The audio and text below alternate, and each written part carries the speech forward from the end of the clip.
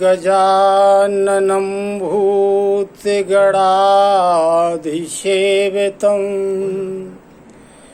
कपित्थजम्बूफलचारुभक्षणम् उमाश्रुतं शोकविनाशकारकम्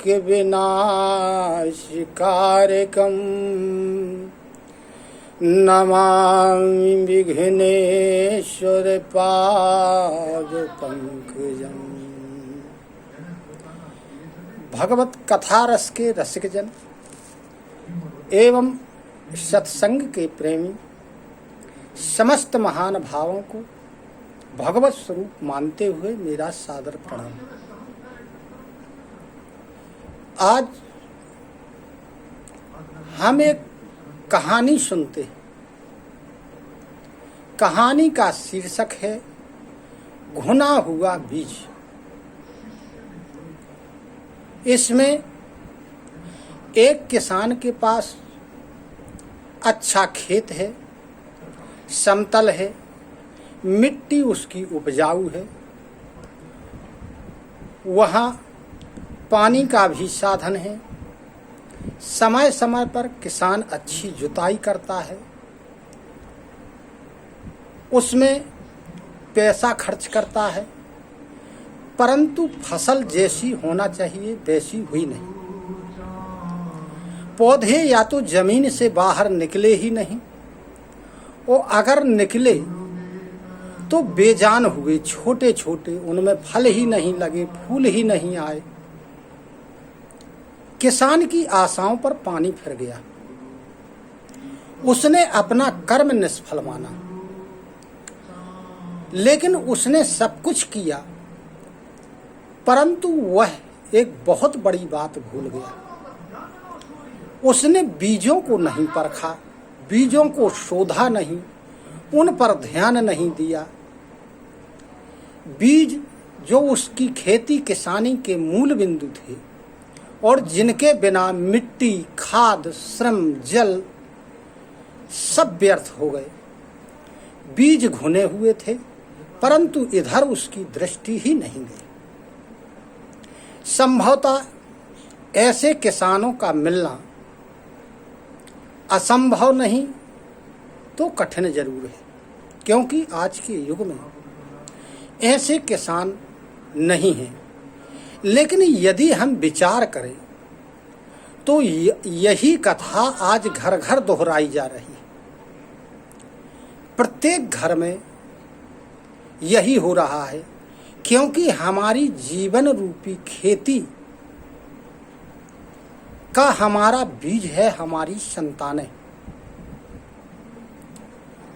जो बच्चे हैं वो गृह जीवन के शौक और सफलता के लिए बीज के समान है।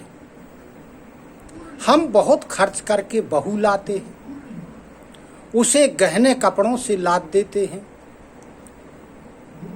बच्चों की सुख सुविधा का यथासंभव सभी प्रबंध करते हैं।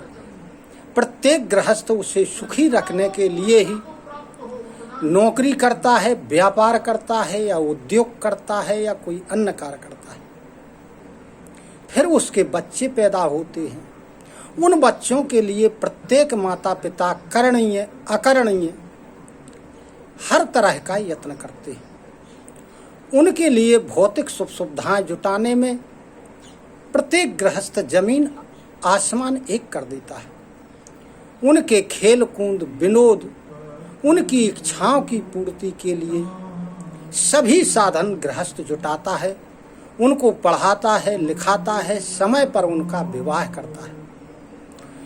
ज्यों ज्यों बच्चा बड़ा होता है, लोग बड़े प्रसन्न होते हैं। धीरे धीरे उसके रंग ढंग पर पहले अपने बीच और बाद में दूसरों के साथ काना फूंसी होने लगती है। ये बात यही नहीं है।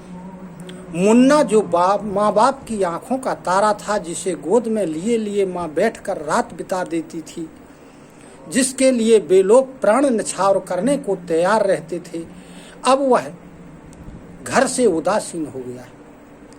दिन दिन भर उसका पता ही नहीं लगता कि वह रहता कहाँ है। घर के लोगों को उसकी कोई जानकारी ही नहीं होती है। उसकी संध्याएं कहाँ बीतती हैं, उनका दिन कहाँ बीतता है। वह घर में रहता है तो बस वह और उसकी पत्नी। घर के लोग माता पिता, चाचा ताऊ, भाई बहन, दादा दादी सब उसकी दो मीठी बातें सुनने के लिए तरसते रह जाते हैं। होकर भी मानो वह नहीं है, निकट रहकर भी वह मानो बहुत दूर रह रहा है। बात यहीं समाप्त नहीं होती। यह तो विनाश का प्रारंभ है। अब माता पिता के कुछ कहने पर, उसे टोकने पर वह उलटकर जवाब देने लगता है। यह जवाब दिन दिन तीखा, वक्र, कटु और मारक होता जाता है। इस प्रकार उसका जवाब दिन दिन तीखा होता जाता है। धुआं अंदर ही अंदर फैलने लगता है, विषैला धुआं, दम घोंटने वाला धुआं, भयानक अपशकुन और दुस्सपनों से भरा हुआ धुआं, जो भावी ज्वाला का अग्रदूत होता है। धीरे धीरे जीवन की अट्टालिका की नींव खिसकती है और एक दिन सब धू धू कर जल उठता है। क्या यह उस असावधान किसान की कहानी की पुनरावृत्ति नहीं है, जिसने सब कुछ किया किंतु बीजों की ओर ध्यान नहीं दिया? संतान भी जीवन की खेती में बीज की भांति है। उसके शारीरिक और भौतिक सुखों को संपन्न करने, उसके लिए साधन सामग्री जुटाने की जितनी चिंता प्रत्येक माता पिता या अभिभावक करते हैं, उसकी आधी भी चिंता उसको संस्कार देने में, उसमें नैतिक मूल्यों की भूख जगाने में, उसमें मनोवांछित संवेगों को बढ़ाने या पुष्ट करने के लिए हम नहीं करते। उसे उत्तरदायित्वों को निभाने का ज्ञान हम उसे प्रदान नहीं कर पाते हैं।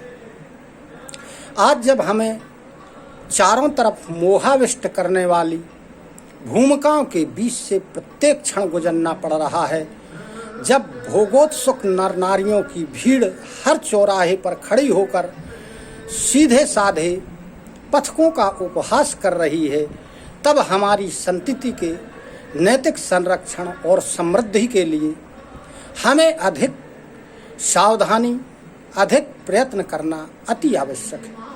किंतु प्रायः समस्त समाज इस ओर से उदासीन है। फिर भी शिकायत हर जगह यही है कि आजकल के लड़के बड़े उद्दंड हैं, किसी की सुनते नहीं हैं, किसी को गिनते नहीं हैं।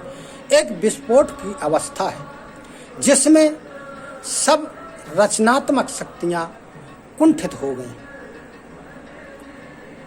इस कहानी का मतलब ये है कि जितना हम आर्थिक संसाधन जुटाने में, भौतिक संसाधन जुटाने में जितना समय देते हैं, जितने मनोयोग से कार्य करते हैं, हम आपको सभी गृहस्थों को संतति को संस्कार, नैतिक मूल्य, कर्तव्यों का निर्वहन, संबंधों का महत्व, इस आदि की शिक्षा अवश्य प्रदान करना चाहिए। इसी के साथ सभी को सादर प्रणाम, सादर नमन।